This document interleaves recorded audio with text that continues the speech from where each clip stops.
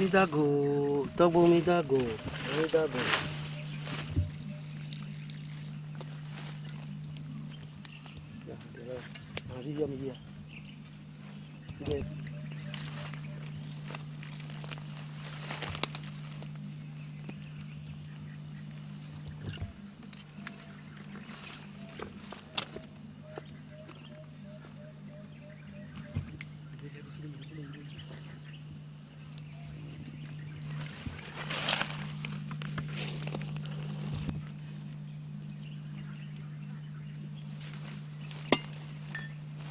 Sâu và số hai chưa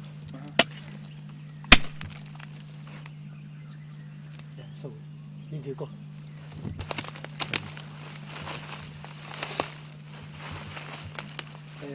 ai là đồ cái gì không tôi không muốn chơi đá to mẹ à mấy cái này là chỉ là cái là vai quan mà để như cái lịch này mấy cái này coi na mấy đứa song cú mi aja gbà lôi na mấy đứa song cú mi aja gbà lôi àmì ajá ní báyìí wọ́n bòdú. Ní àtọ̀ kébílẹ̀ ọ̀ mi ń gbé náà mẹ́rin ń gbà wẹ́tọ̀. Ẹ̀yà mi àwọn mi dùn kí n wọlé ọ̀ mi àtọ̀.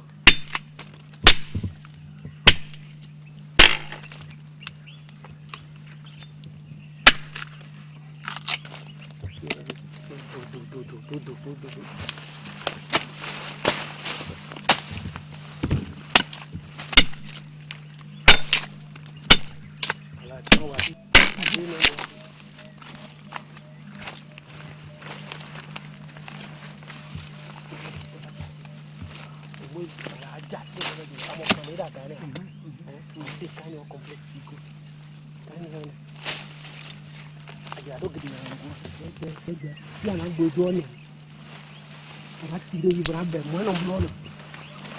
Ajar tu gezi untuk tu orang bangun jaga tu, nombor jaga tu banyak. Beberapa putar orang tu nak dia. Itu hasil dia pun.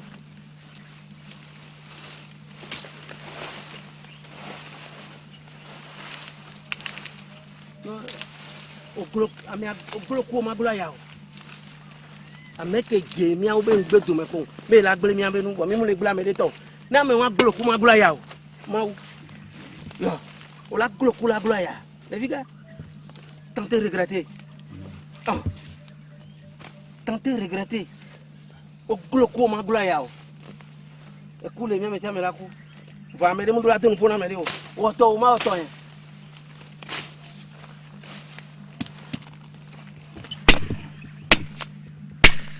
Phải nó bỏ nhau, cái bụng đi nè, nào, là, hé nè, anh bùi, bùi lóc bùi đi, anh bùi đi, mù đi rồi phi nè, anh đuổi nè, anh xuống đuổi.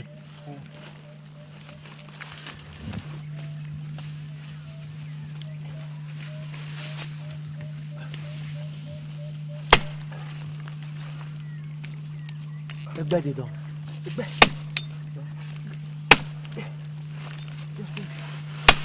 Dia, emang ini amak be awak ya. Akhir ni dia, boleh buat tete. Dia.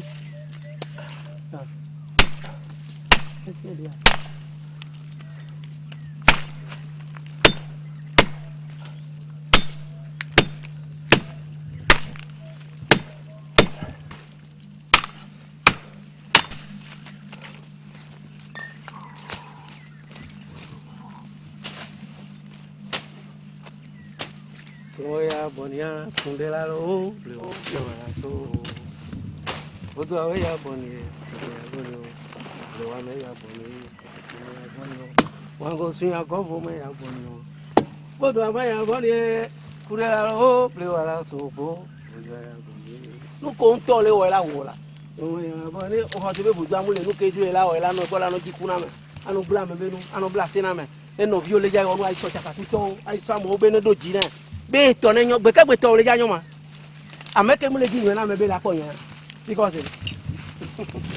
e ti anu o te ndo vodu ha me o vodu ha me ka aje o da o mu le ji nyo na me a ho la wa gban no gba o gba tu wa sanwa me o jan ho la wa gban o mu le ji nyo na me o be ne po nyo no gba po nyo e je nyo won la wa kaka e ndele nko re ma o le hiye me Mau huna me fe, mau amomu gbon pada omu gbon o, mau huna me. Ameke mu le wonu jojo la gbe me wa. Mu le sese de pepe me wa de mu le wonu jojo wa de le ke ba gbe wa temi ni le ke ba kuna do. Yo, mau huna me fe, amomu gbon o. Bo du mu huna me, no ko nto le o a, ye la ho. No ko nto le o ye la ho. Oya bo ni. Le o ya bo ni o. Kasi be buzo ya boni ya odo ama yi na boni o kundera lo do so bo do ya boni odo ama ya boni o kure ya boni do ama ya boni bagra lo kure so o mu le ji nwe na gbe to be ni po nwe no vi o le ja iwo no be do ji na e so chaka tuto amekula ho me na ji lanu jo oya amemu gba ya kúrò ya ho me gbere ya amela o ahode le amemu kuna le me oya amekuna ahwe pata me alo enu ka jo amela ku ya ameda no ku ame o yo mama ye gba gbon be ngba ku ame de pe bo enu le jo ho ke ngbo mi o mi ba jo ngba ku ame de pe wo mi vivi enu to jojo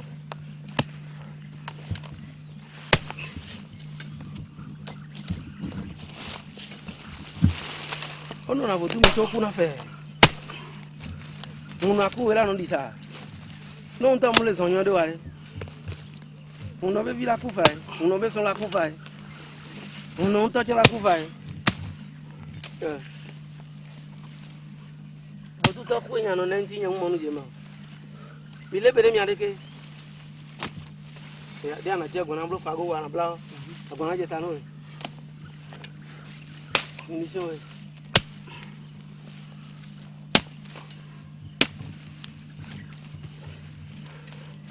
yo le foto ale dure ko ke mera to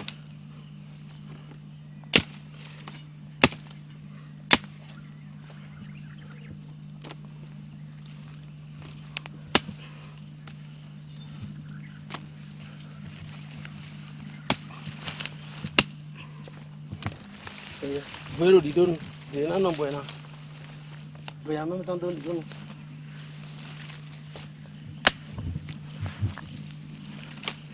sakla jago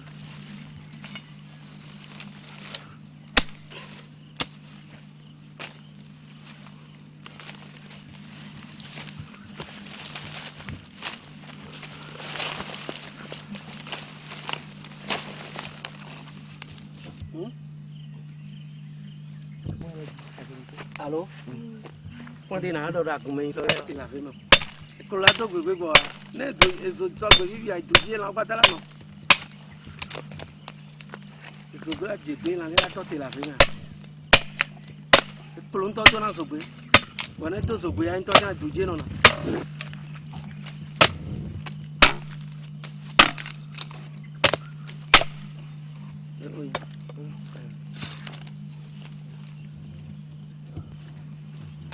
Umuona vodune atakato. Umuona vodune atakato. Ame ke faru na me.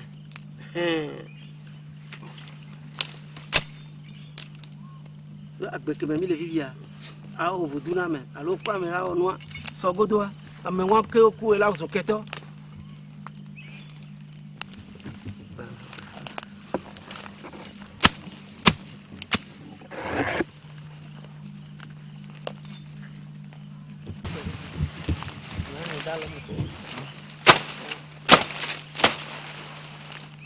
Yeah.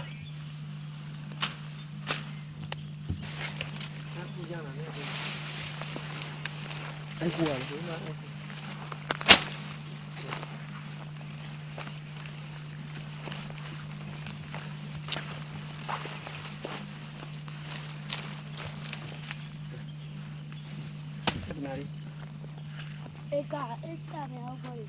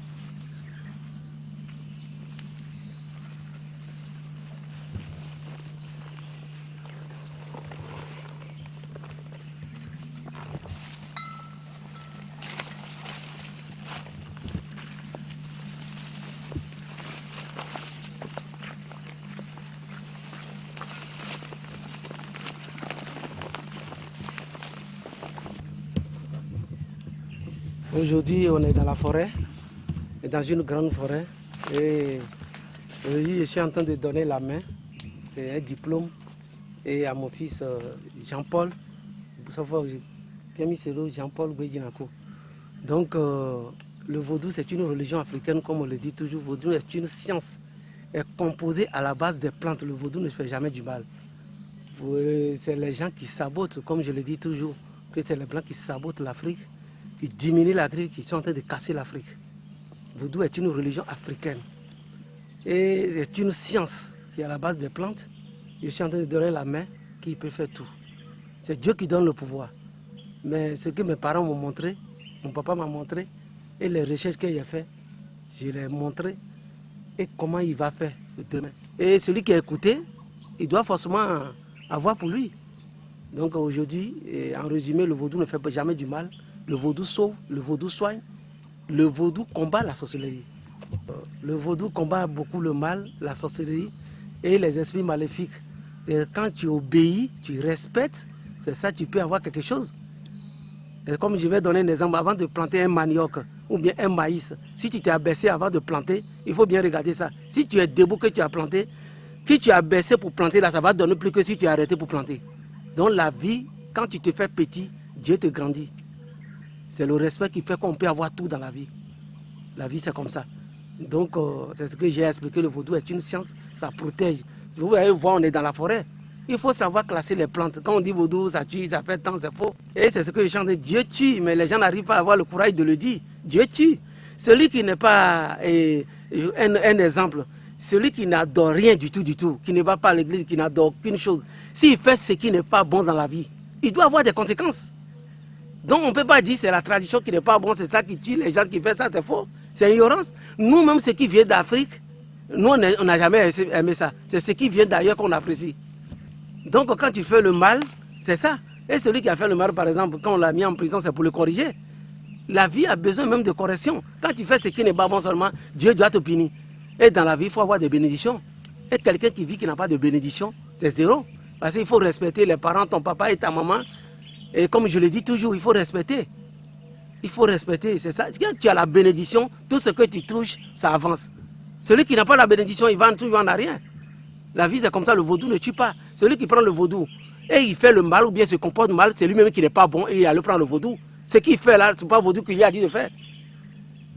Le vaudou, c'est-à-dire si le cœur est blanc, il n'y a rien de tel. Ton cœur doit être blanc. Il y a des gens qui ont pris le vaudou pour saboter le nom de vaudou parce qu'eux-mêmes, ils n'ont pas la bénédiction, ils ne sont pas bien éduqués. Un maître de vaudou qui se trouve dans les maquis, un maître de vaudou qui fait la violence, qui fait de n'importe quoi, ce qu'on ne doit pas faire, il fait. Ce n'est pas vaudou qui lui a dit de faire ça. Le vaudou, il aura la correction. C'est pourquoi toi-même, tu sais plus ce que tu es. Tu sais plus ce que tu fais. Donc, la vie, c'est comme ça.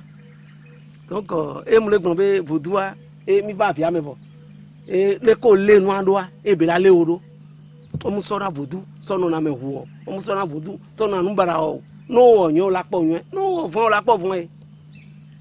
Donc, no onyo o la po nwe, no ovon o la po von. Amelo le vivier gbobe ne huo ame vivia. Amasile si ne o ame wa magba onde aje. Game npo su ne mane game su no ko la po ba le ko. O la po ba le forcément. Donc on est né belé wa. Donc odola nde pepe la na si odola hen gong. Ale bene. Et amola de nkuton wa gbobe to le nyon. Le bene la nyon. Est-ce que les autos ont été mis en place? A vous mis à ton banc, mais des bacs bamés.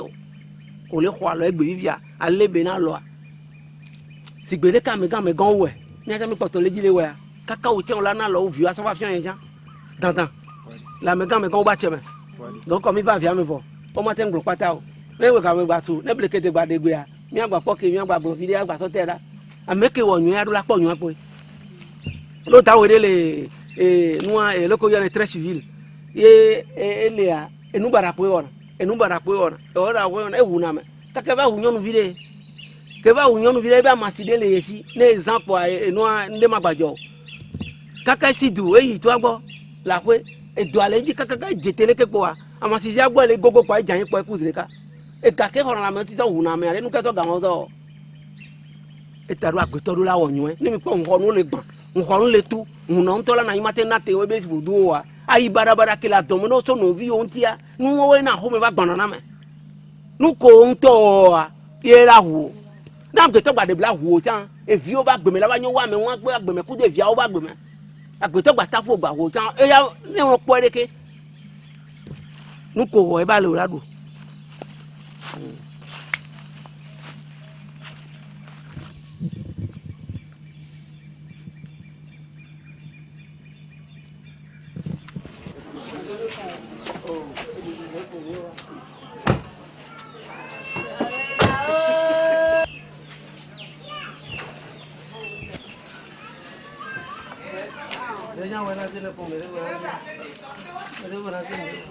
Mieux conscient, don't y voir.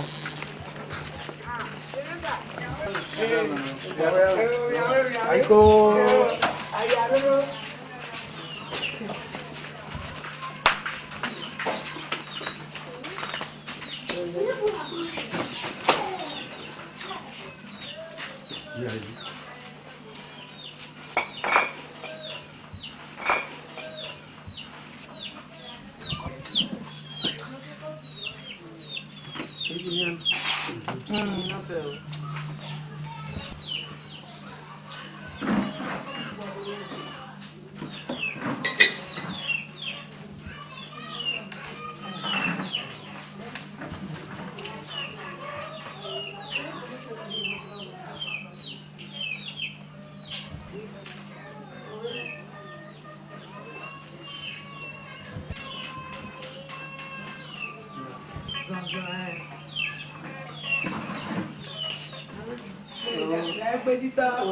Les vieux, ça me donne.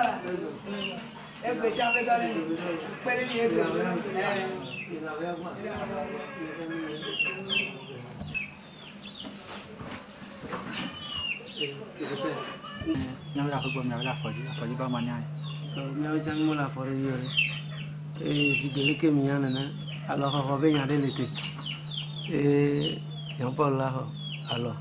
Alors, Koundé va le tirer à Badini, on va faire un copo. Et vous deux, à moi, les copies va là. Il y a fait, mais il y a des moujots. Pour nous voir les copies la femme, nous pas fait tout de bout là. Et nous sommes ici. Il y a des sortes de valeurs. Non, mais c'est bien. Ama ke bana ka wela pa o. Ela no é.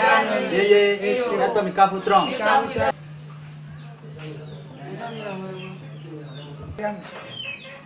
Si mi denen be ai po afeto ava mi acha mi la ku am demujo mi le te po mi mi agbo wa mi gbo ba pe na mi era che na mi o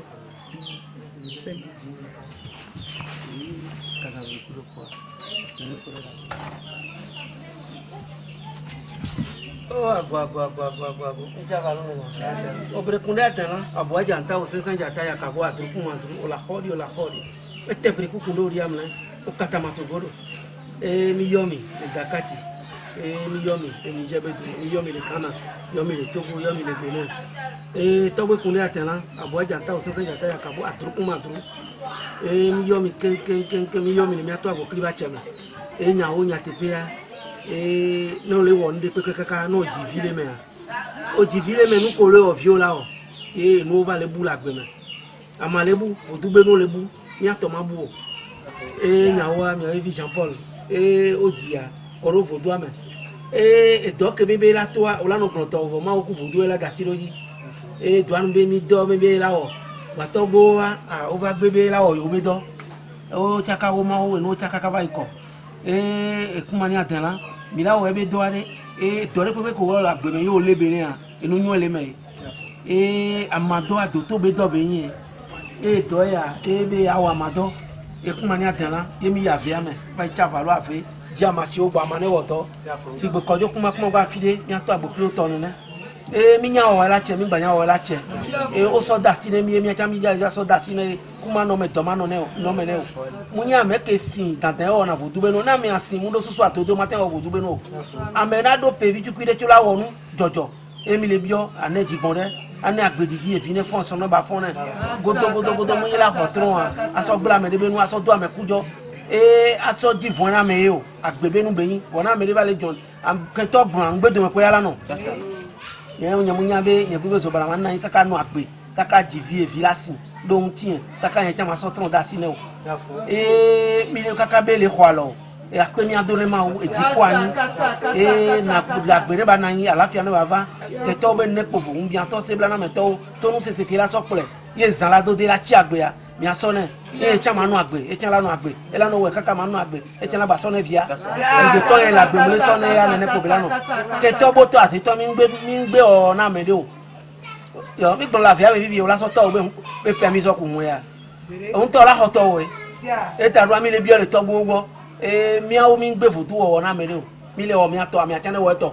na mo re de nkura le mi ba gba na me de be e la so nkudo mi ajia ame we angbo to me pela yi ke to ru la ji nto ji bo to ru la jeji ase to ru la jeji nja to ru la jeji mi ngbe no o na me de nu ke mi atu ejia emi o mi le o to gbe kun da gan ati je la si o me lo ahen mi dodo ahen de view ahen nyonu wa no ne ma no sese de kodo agbeto ame bubu na si agbeto begbe agbe ke me mi le vivi e ku pa me ti ame leji voa ame si ame na yi ame ke mu le te to no wa re nu ke leji o cheri ohini bo chari akuru kuru mi yo meta hunu chichi kotoku onyamanga nyo wonu nyanyama komosika enyo no bo fio nyo no setebe ye de uso nula nyangare wo nyangare abru wo tomato wo mabo ehun ma de kotoku papala tun do ma papala tun do mi le brin la me gan o ba che ri dakati ame chichi o e di jeba ame chichi o Ghana Togo Benin ba imandi mi jo ame chichi o le mi ato bo ba che me ahaya ne minua bila muluke afeme kimi ya mami da mane oto mu e ogun ne o keke wala no susu mene no fie mi anto aba fie ko te wala mlo me ti o di amne no kumere gbe no akume chakuto afun to kunu kokuna kutu manu afun pataba dile ni koko sa ti so gbe unsu e ku zan o di zan e ku amlo di amlo soja bia aponga ta be kula bokun le to o to bliba asito akonla cha konje be gbon la tupo no jakpata bodu e ku na ma o tonto po to mi ya via me emi govai bragazu brukusu geria mosidi mo tia donko mosika takalito aposure kaso takbore kabedi akowe dogwe e potete e potiatia e ko ri amla nyamba hai na tikeru bi de poria nya lenti tikeru bi mpona de dio to kasafre ko ri amla mlem me sia me ne ko e fi ne ko so ne ko tikeru ne ko na me de nto be fun e mana si we be vodu e kan to mo da cho o le jure me o yo ba to afi me amo to moji o nto e jiro to afi me mi ba jogo le fun na wa pa cho ne mi na me de be la poli nto la poli ame de nkuto mi agbaro mi ngbe nle o na me de o mi sueji mi ewe o ton sueji awe ame de so na me to be permis so kura won o nto la o to o to gbe yen to invodu mo ma yen to invodu aje nu ko pla o la o nu ko pla yo la o nu ko sueji o la o mi ba ha nya mi asan de mi ya o nkeke o me to go emi ya fe mi bo vivia ya ho ha na mi anu mi akoro mi aji foto ifine foso ne foto wacho chone ya fe manya manta manya me agbato agbana gbaja kan matuna agbato gbogbo likiti nu agoja turu ajo na japa koriko etomo no wo fio kaja hojo ehun no toji babaru buburi ya buru so ma dole ton ka filo to chengele don mo tan apa krese o to zo fe ehun no ta gbado e kiri yen le gba ton ku bora ba ajiro ko to ku me ro hun ma fo ebe ye no tan me tan la ruba ati suso beke ebe de bi ke jole pote un poda etana wa ne to ka re ko la etana ehun bi agba mi yo mi ken e buburi ya buru e to ton wu na po e tegbe na obe toton la wa ko emi bi ole ajo ngbo le mi ya fe mi gbo ama ti o le oto ibi ko jo kuma fun wa bi de won mi ta bo ki to ne lo mi nya o la ke mi gba nya o la ke no ko sueji o la wo enyo na me de chane wo to mi gbe ne o na me de o mi no tuji mi du aya kaka mi jivi ye vi ti mi la wa gbe me benu e mi gbe ame de to na me de to gbe ni mo le suyan ko fo suyan to ti go pe do wala pe to la pe mi o e kan so to mo ya boy to bo so we fio e be mo no gada bi to pelu da me to e pe to uzo le me ame de mu de na kuku le ta le fio la fio to yin kuku fio to yin fopa ame le de ame ajaba ame le de ame an so ba adi ka do la mo lo digbon de ho na bodu abedo ame bubu e to nu sese ye wo na bodu abedo mi an ne digbon de an ne to nu sese le de kan tan do lo godo ame jo ame mu kana da ame jo ame wo na jire o e ta do mi an ne fafa an ne digbon de anu agbe don lo na ni atogbe peto hori o konkon gbe mo no be akegake o ti mo boto o hori mo no kidaja o hori mo chiro yo kokon ku to so so wata ku mi yo kan se fi won o fi won fi na ba togbe mi yo pro go ku se ni atogbe kemitero ni mama he togbe ni atogbe dan so koju ni atogbe to su kaka sisi ni mama so so ni no dan so si ni mama fi da won faja o kan o run egbo kan do mama fi re we degbo kapo ntan si vle si ntan si ndevi su ka mi de o togbe mama kele togbe no ho mi yo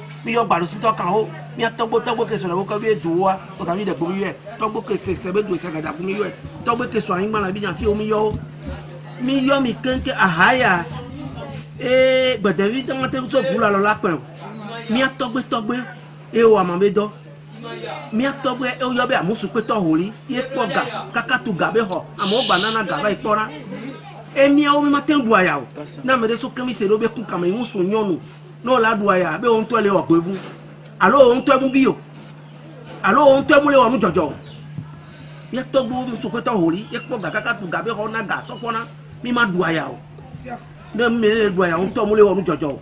Emi le bien le tobo et mon ehun na me tiame susu nyone no tame na me tiame ye mi le bien le tobo bo mi atogbe wo amame do wona eno yen be togbe be to o amado wo mi atogbe pe to holi amado wo emi ato hotron gbajigbe gba pla amakoroji ye tan gbajigbe gba pla koroji ma bu gbere o mo la hun mi le do fiere ko le do gade ko vona me de ji vona mi am to la po vona do mi gbe na me gba wo to bótọ́ lórí àjèjì àti tọ́ lórí àjèjì èfìnẹ́ fún ẹ̀sùn lẹ́fọ́n dàgbẹ́ níbà náà yín gbódógbódó kẹtẹ́ ọ̀nà àpòvòrò àháyà kẹmi tọ́nà tọ́gbó mi àkọ́ ẹ̀ ètà mi yọ̀ jí bókun tó bókun àpò àgbàgà mọ̀nà òwò àbẹ́ ebẹ̀ tó kún ó tó dàndà ti dàgbà sẹ́n jọ̀ngbẹ̀ tọ́yọ̀ báyọ̀ bìnàfi tó bó tún mi yọ àgọ̀tún àgọ̀tì dànkọ́lì sàndébù sọ̀rọ̀ nàbà mi yọ àkìrìkọ́ nogópo sànni burúkú ọ̀gbú ní ẹbí jean paul alọ́kẹ́lẹ́ yà wọ àlọ́ ẹ̀la hàn kaka ẹ̀lànà àgbélé gbọ́ ẹ̀ tí wọ́n gbà náà mẹ́ bú gbódógbódó mi ànẹ́jì gan dẹ́ ẹ̀ apá àgbà tí ìjà gbà náà bíyà ẹ̀ máa nù àgbélé akọ́lọ́ tó bá dà sí mi náà wọ̀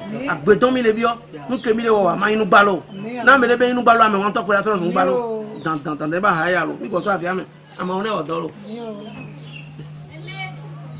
àhàkẹ́mi náà tọ́gbó wa tẹ̀tọ́ yà hà lọ èsì àfẹ́kẹ́mi yà fáfá àfẹ́kẹ́mi yà fáfá lọ fáfá ní kọ́ làwọ̀ yà mọ́.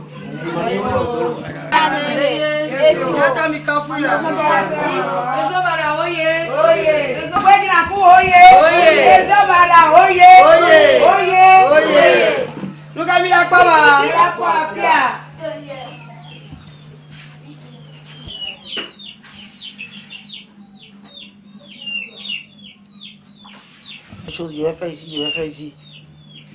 Si tu veux